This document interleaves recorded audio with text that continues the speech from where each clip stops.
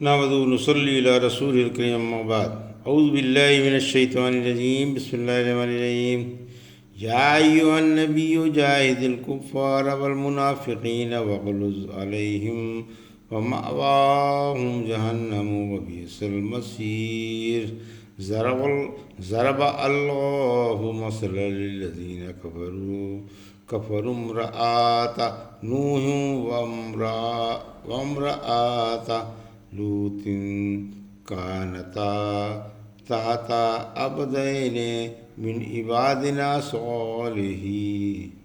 صالحين فخانتاهما فلم يغنيا عنهما من الله شيئا وقيل ادخلا النار مع الداخلين وضرب الله مثلا للذين آمنوا امرأة فرعون إذ قالت رب ابن لي عندك بيتا في الجنة ونجني من فرعون وعمله ونجني من القوم الظالمين ومريم ابنة عمران التي أحسنت فرجها ونفخنا فيه من روحنا وصدقت بکلمات ربها وکتبه وکانت من القانتین۔ ابھی آپ نے سورہ تحریم کی آیت 9 سے 12 کی تلاوت سماعت فرمائی۔ پیش ہے ان آیتوں کا ترجمہ اور تفسیر ابن کثیر سے۔ یا ایھا النبی جاہد الکفار والمنافقین واغلظ علیہم ومأواہم جہنم وبئس المصیر۔ آیت 9۔ ضرب اللہ مثلا للذین کفروا امرأۃ نوح وامرأۃ لوط وکانتا تحت عبدین من عبادنا صالحین فخانتاہما فلم یغنیا عنہما من اللہ شیئا وقیل ادخلا النار مع الداخلین۔ آیت 10۔ ترجمہ۔ اے نبی صلی اللہ علیہ وسلم، کافروں اور منافقوں سے جہاد کیجیے اور ان پر سختی کیجیے، ان کا ٹھکانہ جہنم ہے اور وہ بدترین ٹھکانہ ہے۔ اللہ نے کافروں کے لیے نوح کی بیوی کی اور لوط کی بیوی کی مثال بیان کی ہے۔ یہ دونوں ہمارے بندوں میں سے دو نیک بندوں کے گھروں میں تھیں، پھر انہوں نے ان کی خیانت کی، پھر وہ دونوں اللہ کے عذاب سے کچھ بھی ان کے کام نہ آئے، اور کہا گیا کہ اے عورتوں، تم بھی دوزخ میں جانے والوں کے ساتھ دوزخ میں جاؤ۔ یہ تھا ترجمہ سورہ تحریم کی آیت 9 اور 10 کا تفسیر۔ آیت 9۔ جہاد کا حکم۔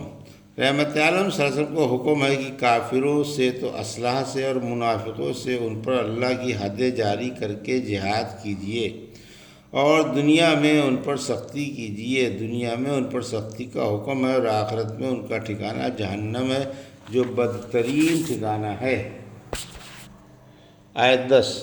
دنیا کا میل جول قیامت میں کام آنے والا نہیں، یعنی اگر کافر و مسلمان ملے جلے ہیں اور کافر ان کے ساتھ اٹھتے بیٹھتے اور کھاتے پیتے ہیں تو یہ میل قیامت کے دن کافروں کے کام آنے والا نہیں۔ جب دلوں میں ایمان کا نور نہیں تو خالی میل جول کیا کام دے گا؟ پھر مثال دے کر فرمایا کہ حضرت نوح علیہ السلام اور حضرت لوط علیہ السلام دونوں پیغمبر تھے۔ ان کی بیویاں ان کے ساتھ رہتی سہتی تھیں اور کھاتی پیتی تھیں، لیکن انہوں نے ان سے ایمان میں خیانت کی اور انہیں نہیں مانا، تو انہیں ہر وقت کا میل جول اور ہر وقت کی نبی کی معاشرت کچھ کام نہ آئی۔ دونوں برباد ہوئیں اور دونوں سے کہا گیا کہ اوروں کی طرح تم بھی جہنم میں جھکو اور جلو بنو۔ خیانت سے مراد دینی خیانت ہے۔ خیانت سے مراد حرام کاری نہیں ہے، کیونکہ انبیاء کی بیویاں ایسی بد اخلاقی سے معصوم ہوتی ہیں جیسا کہ سورہ نور میں گزر چکا ہے۔ بلکہ دینی خیانت مراد ہے، یعنی دین میں انہوں نے اپنے شوہروں کا ساتھ نہیں دیا۔ ابن عباس فرماتے ہیں انہوں نے زنا نہیں کیا تھا۔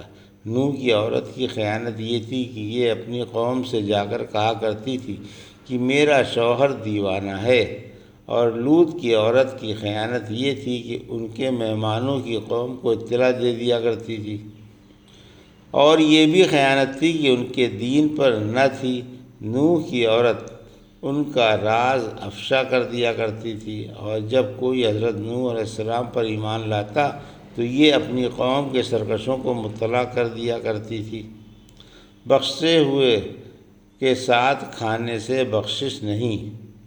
اس آیت میں بعض عالموں نے استدلال کیا ہے کہ یہ جو عام لوگوں میں مشہور ہے کہ جس نے کسی بخشے ہوئے کے ساتھ کھا لیا اس کو بھی بخش دیا جاتا ہے، اس کی کوئی اصل نہیں، کیونکہ انبیاء قطعی طور پر بخشے ہوئے ہیں، اور نوح اور لوط کی بیویوں نے کبھی نہ کبھی ان کے ساتھ کھایا بھی ہوگا، مگر یہ دونوں جہنمی ہیں۔ کسی بزرگ نے نبی کریم صلی اللہ علیہ وسلم کو خواب میں دیکھا تھا، پوچھا یا رسول اللہ صلی اللہ علیہ وسلم کیا یہ آپ ہی کی حدیث ہے؟ فرمایا نہیں، لیکن اب کہتا ہوں۔ میں کہتا ہوں کہ کسی بزرگ کے خواب سے کوئی شرعی حکم ثابت نہیں ہوتا۔ وَضَرَبَ اللَّهُ مَثَلًا لِّلَّذِينَ آمَنُوا امْرَأَتَ فِرْعَوْنَ إِذْ قَالَتْ رَبِّ ابْنِ لِي عِندَكَ بَيْتًا فِي الْجَنَّةِ وَنَجِّنِي مِنْ فِرْعَوْنَ وَعَمَلِهِ وَنَجِّنِي مِنَ الْقَوْمِ الظَّالِمِينَ۔ آیت 11۔ وَمَرْيَمَ ابْنَتَ عِمْرَانَ الَّتِي أَحْصَنَتْ فَرْجَهَا فَنَفَخْنَا فِيهِ مِنْ رُوحِنَا وَصَدَّقَتْ بِكَلِمَاتِ رَبِّهَا وَكُتُبِهِ وَكَانَتْ مِنَ الْقَانِتِينَ۔ آیت 12۔ ترجمہ۔ اللہ پاک نے ایمان والوں کے لیے فرعون کی بیوی کی مثال بیان کی ہے جب انہوں نے کہا اے ہمارے رب، میرے لیے اپنے پاس جنت میں گھر بنا اور مجھے فرعون سے اور اس کے عمل سے نجات بخش اور ظالموں سے بھی چھٹکارا عطا فرما۔ اور مریم بنت عمران کی بھی جنہوں نے اپنی عصمت کی حفاظت کی، پھر ہم نے ان میں اپنی روح پھونک دی اور انہوں نے اپنے رب کی باتوں کی اور اس کی کتابوں کی تصدیق کی اور جو عبادت گزاروں میں سے تھیں۔ یہ تھا ترجمہ۔ آیت 11 اور 12 کا تفسیر۔ آیت 11۔ ضرورت کی وجہ سے غیر مسلم سے میل جول نقصان دہ نہیں۔ یہ مسلمان مومنوں کی ہے کہ اگر وہ کافروں سے اپنی ضرورت کی وجہ سے میل جول رکھتے ہیں تو نقصان دہ نہیں۔ سورہ آل عمران کی آیت 28 نے فرمایا مومن مومنوں کو چھوڑ کر کافروں کو دوست نہ بنائے، جو شخص ایسا کرے گا وہ اللہ کے نزدیک کچھ نہیں، البتہ اگر یہ دوستی بچاؤ اور دفع الوقتی کے طور پر ہو تو اور بات ہے۔ آسیہ کے ایمان لانے کا سبب۔ ابو العالیہ فرماتے ہیں کہ خازن فرعون کی بیوی کے ایمان کی وجہ سے آسیہ ایمان لائی۔ یہ ایک دن فرعون کی بیٹی کا سر گوندھ رہی تھیں، اتفاق سے ہاتھ سے کنگھی گر گئی، بے ساختہ منہ سے نکل گیا، کافر غارت ہوں۔ لڑکی بولی تم میرے رب باپ کو نہیں مانتی؟ معلوم ہوتا ہے تمہارا کوئی اور رب ہے۔ بولی میرا اور تیرے باپ کا رب اللہ ہے۔ یہ سن کر اس لڑکی نے ان کی شان میں گستاخی کی اور مارا پیٹا اور فرعون کو بھی خبر کر دی۔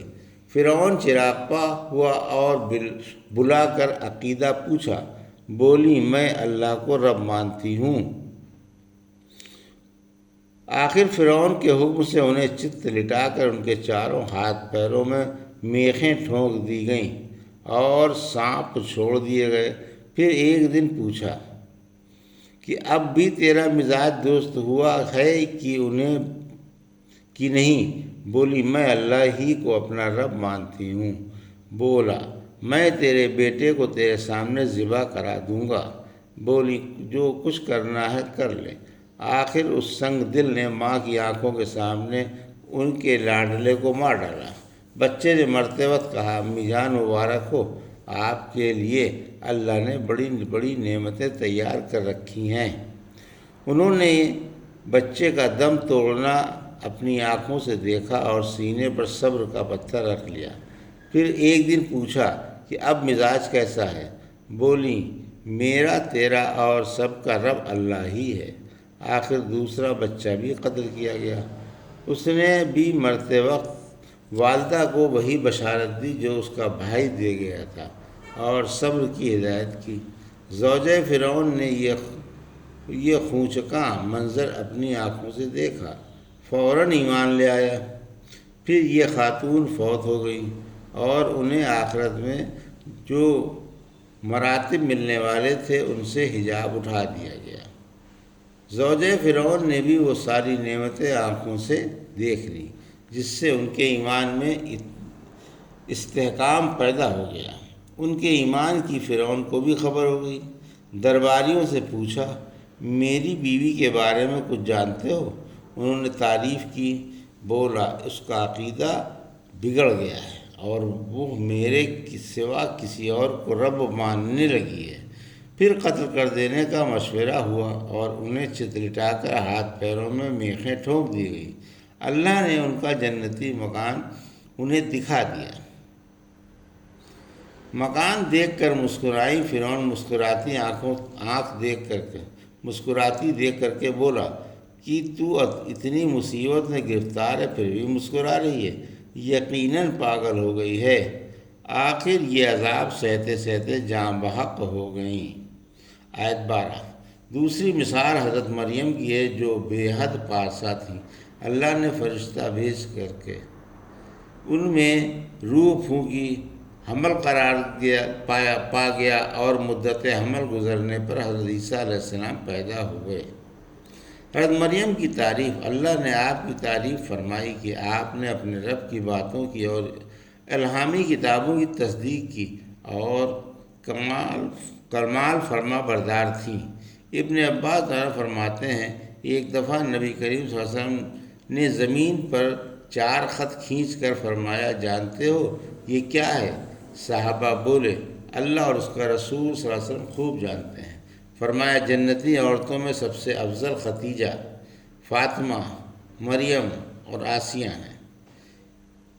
ایک حدیث میں ہے کہ مردوں میں تو بہت کامل ہوئے لیکن عورتوں میں صرف آسیہ، مریم اور خدیجہ کامل ہوئیں، اور عائشہ رضی اللہ عنہا کی فضیلت سجید کی طرح ہے۔ یہ الحمدللہ سورہ تحریم کی تفسیر مکمل ہوئی۔ اللہ قبول فرمائے، آمین۔ یہ تھا سورہ تحریم کی آیت 9 سے 12 کا ترجمہ اور تفسیر جو بھی آپ نے سماعت فرمائی۔ بارک اللہ لی و لکم فی القرآن الحکیم ونفعنی وایاکم بالآیات الذکر الحکیم۔